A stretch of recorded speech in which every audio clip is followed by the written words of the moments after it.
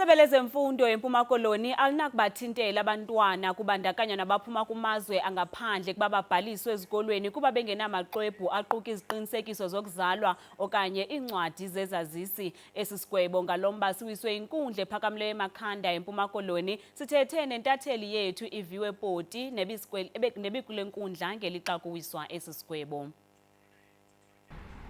Sizibulisele kubaphulaphuli. Inkundla igwebelenga kwicala le-Centre for Child Law. Siyawukhumbula ke into yokubana i-Centre for Child Law ibimele abafundi abangapha ku-30. Aba bafundi ibingabafundi abengenazo impepha, abanye ngabafundi abangaphandle apha eMzantsi Afrika, ngabemi bangaphandle, abanye ingabantwana balapha. Bejonge ke abantwana balapha eMpuma Koloni abo bengenazo ezimpepha besithi ayongxaki abafundi into yokubana bangabinazo birth certificate ne-ID, nto leyo ibangela into yokubana i-Centre for Child Law isithi ayilunganga into yokuba abantwana kuthiwe abazokwazi ukufumana imfundo okanye abazokwazi bona ukutya ngexesha abanye besitya. Kulaa nto ke kuthiwa yi-child funding yenzekayo ezikolweni ngakumbi i-public schools.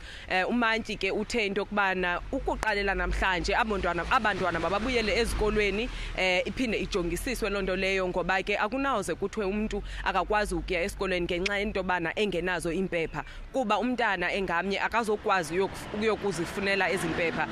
Ikheyisi ke besikhe sachazelwa ngazo ngalamagqwetha ebesithi into yokubana kwezinye ii-situations ufumaniseke into yokubana umntana uhlala nomakhulu, impepha zange zibe khona, umakhulu akakwazi uya e-Home Affairs ayokufumana i-birth certificate okanye i-ID. Omnye yena utata wakhe ngowaseLusuthu, utata waye wasweleka engafumananga ezo mpepha, washiyeka nesizalwana eso xa sisiya e-Home Affairs kuba ingengomzali akakwazi ukufumana ezo mpepha. Ithi ke inkundla kwelicala apha eMakhanda into yokubana ezi zinto ziziswe phambili kuye ezumantyi, uthi into yokubana ukubheka phambili abantwana banelungelo lokufunda kwezi zikolo.